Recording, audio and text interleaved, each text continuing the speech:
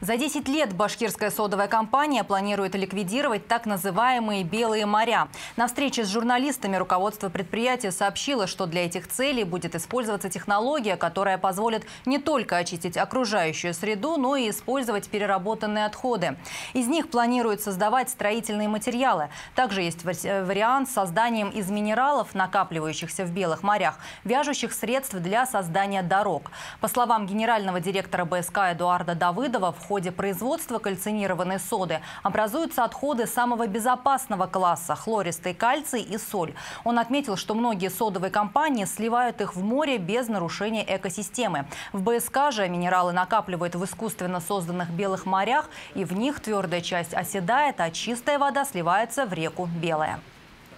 Мы поставили 3 фильтропресса фирмы «Андрес», которые уже отжимают. Мы можем, всех, кому интересно, приехать нам, мы покажем, как эти фильтропресса работают. Поступает туда дистильная жидкость, на выходе получается чистая вода и сухой кек.